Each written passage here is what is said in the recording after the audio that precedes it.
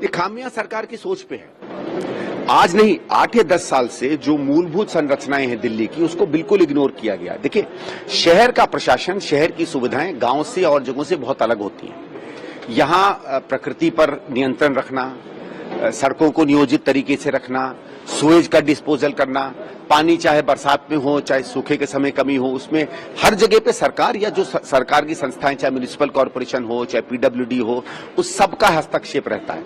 और शहर तभी चलता है जब उसकी मूलभूत संरचना, उसका इंफ्रास्ट्रक्चर नियोजित तरीके से, उसके जनसंख्या की जितनी भी उसकी जरूरतें उसके हिसाब से बने। 8 या 10 साल में ये शहर पिछड़ गया है। जो बेहतरीन शहर कांग्रेस छोड़कर गई थी, आज हर पायदान पर ये पीछे है। आप इसको बहुत आसानी से कह सकते हैं, पॉपुलेशन का प्रेशर है, कभी पानी ज्यादा पड़ गया, कभी पानी कम पड़ गया। प्लानिंग होती ही यह है कि आप उन आपदाओं को, उन समयों को प्लान करके कोई चीज करें कि कभी सूखा पड़ सकता है, कभी बारिश तेज हो सकती है, जनसंख्या बढ़ सकती है। 20-20, 30-30, 40-40 साल के प्लान इसलिए बनाए जाते हैं कि आने वाले समय में जनसंख्या का घनत्व कितना होगा, सुएज की कितनी जरूरत पड़ेगी। और दिल्ली में हर व्यक्ति जो दिल्ली पर काबिज हुआ है इसकी सत्ता पे, वो जानता है कि दिल्ली में अलग अलग तरीके की संस्थाएं हैं। डीडीए है, पीडब्ल्यूडी है, भारत सरकार का है, डीडीए का है, और कई वर्षों तक दिल्ली इन सारी संस्थाओं के आपस के सामंजस्य में काम करता रहा। ठीक है, और राज्यों की तरह शायद उतनी तत्परता से काम नहीं होता होगा, क्योंकि वहां एक ही राज्य सरकार के अंदर तमाम संस्थाएं आती हैं, दिल्ली में अलग अलग सरकारों के अंदर आती हैं। लेकिन अगर दिल्ली हिंदुस्तान का कुछ समय में, कांग्रेस के 15 साल में सबसे बेहतरीन शहर बन गया, तो कैसे बन गया? वही संस्थाएं थी, उस समय भी उनमें आपस में सामंजस्य नहीं होता था, लेकिन सरकार की एक सोच थी और काम करने की मंशा थी। जब से आम आदमी पार्टी की सरकार आई है, इसने एक बड़ा सस्ता तरीका निकाला कि दुनिया भर पे सब पे उंगली उठाते रहो, खुद बेचारे बने घूमो, और उसको लगा कि ये बेचारा बारा घूमना जो है दुनिया की सबसे शक्तिशाली राजनीतिक षड्यंत्र है।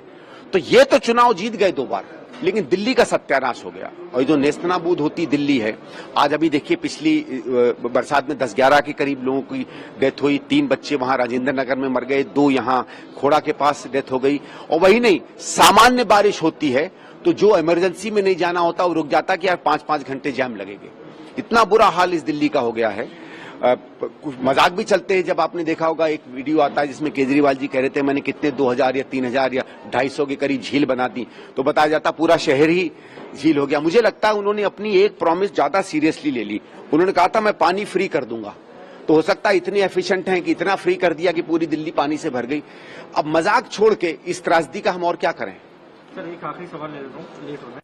सबके सामने 300 से अधिक लोगों की मृत्यु हुई। उनका एक बड़ा अजीबोगरीब बयान सामने आया कि काउ स्लॉटर जहां ज्यादा होगा वहां पर इस तरीके की कैलेमिटी जो है वो होंगी। क्या उचित है इस तरीके का बयान? नहीं, बिल्कुल नहीं। ये बहुत ही निचले स्तर का बयान है, बहुत ही घटिया बयान है। मैं इसकी निंदा करता हूं।